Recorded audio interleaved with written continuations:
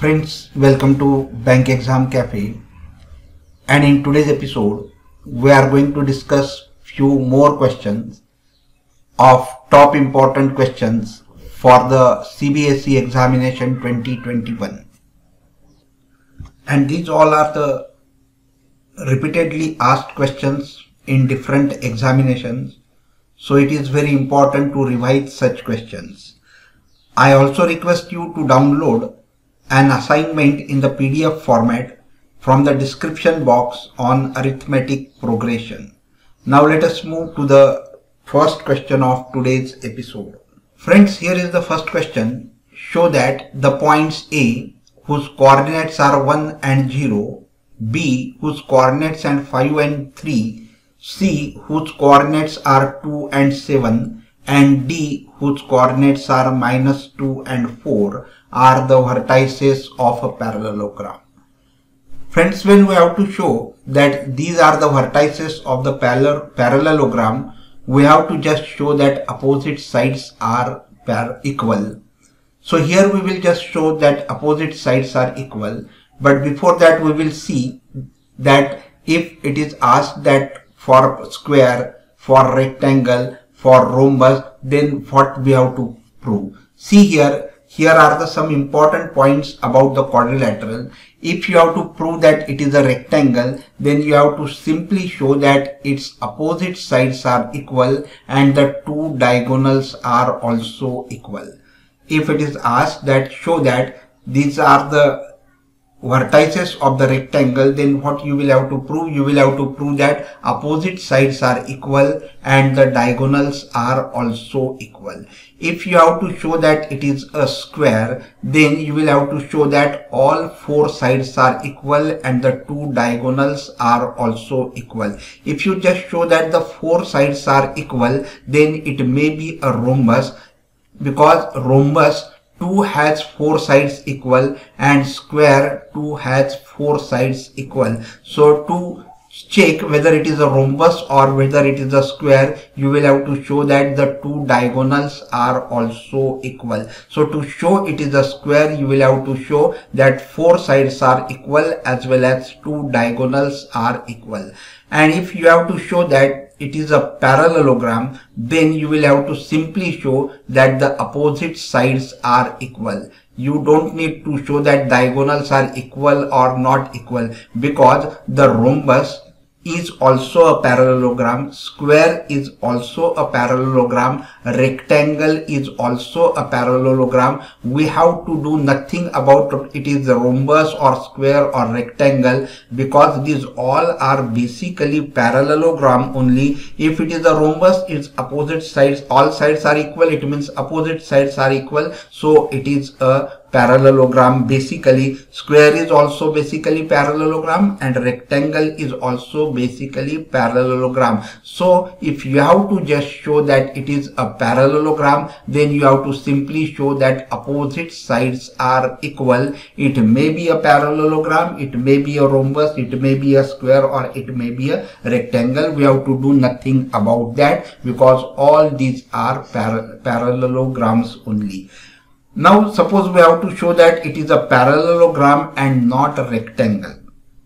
If we have to show that it is a parallelogram but it is not a rectangle, then what we will have to show that its opposite sides are equal and the two diagonals are not equal. If the two diagonals are equal, then it will be a rectangle, but what we have to show, it is not a rectangle and therefore the two diagonals should not be equal. Then it will be a parallelogram and not a rectangle. If the question is asked that show that it is a rhombus but not a square, then we will have to prove that if all its sides are equal and the two diagonals are not equal, because the rhombus has 4 sides equal, square too has 4 sides equal, and therefore to prove that it is a rhombus, we will have to show that the diagonals are not equal, and also we have to show that all the sides are equal. If the diagonals are equal, then it will be a square, and if the diagonals are not equal, it will be a rhombus. Now see the question that we were discussing. So here we have to show that it is a parallelogram. So we will find the lengths of all the sides by using the distance formula. So first we will find AB. So AB is equal to, we will use the formula square root of x2 minus x1 plus y2 minus y1. So x2 minus x1, that is 5 minus 1 bracket square, 5 minus 1 bracket square, plus y2 minus y1, that is 3 minus 0 bracket square. So which is equal to 5 minus 1, that is 4. 4 square will be 16. And this will be 3 minus 0. So it is 3 square will be 9. So 16 plus 9 will be 25 and its square root will be 5 units. Now friends, we will find the length DC. So DC. DC, that is equal to square root of x2 minus x1 plus y2 minus y1, and so x2 minus x1, that is 2 minus minus 2, that will be plus 2, and so it will be 2 plus 2 bracket square, plus y2 minus y1, that is 7 minus 4, that will bracket square, 7 minus 4 bracket square. So which is equal to square root of 2 plus 2 will be 4 and its square will be 16, plus 7 minus 3 will be 7 minus 4 will be 3, its square will be 9, and so 16 plus 9 will be 25, and so square root of 25 will be 5 units. Now we have to find the third side, that is BC. BC we will find. So here BC is equal to square root of x2 minus x1, so it is 5 minus 2 bracket square, plus y2 minus y1, that is 3 minus 7 bracket square. So which is equal to 5 minus 2, that is 3 square will be 9, plus 3 minus 7, that will be minus 4, and minus 4 square will be 16, and so which is equal to 16 plus 9, 25, its square root will be 5 units. Now here we will find the fourth side. That fourth side will be what? It will be AD. We have to find the AD side. AD is equal to what? X2 minus x1 plus y2 minus y1, its square root. So square root of it is x2 minus x1, that is x, minus 1 minus minus 2, that will be 1 plus 2, so 1 plus 2 bracket square, plus here it will be 0 minus 4 bracket square. So which is equal to 1 plus 3, that is 1 plus 2, that is 3, 3 square will be 9. So 9 plus minus 4 bracket square, that will be 16. So it will be 16, and so its square root will be 5 units. Now here we see that all the four sides are equal. So it may be a rhombus or it may be a square. We have to do nothing about that, because we have to just see whether opposite sides are equal or not. So here the opposite sides AB and DC are equal, correct? And we see that here the opposite sides BC and AD are equal. If the opposite sides are equal, then that's enough. It will be a parallelogram, and then you can write that AB is equal to DC and BC is equal to AD. Therefore, ABCD is a parallelogram. Now move to the next question.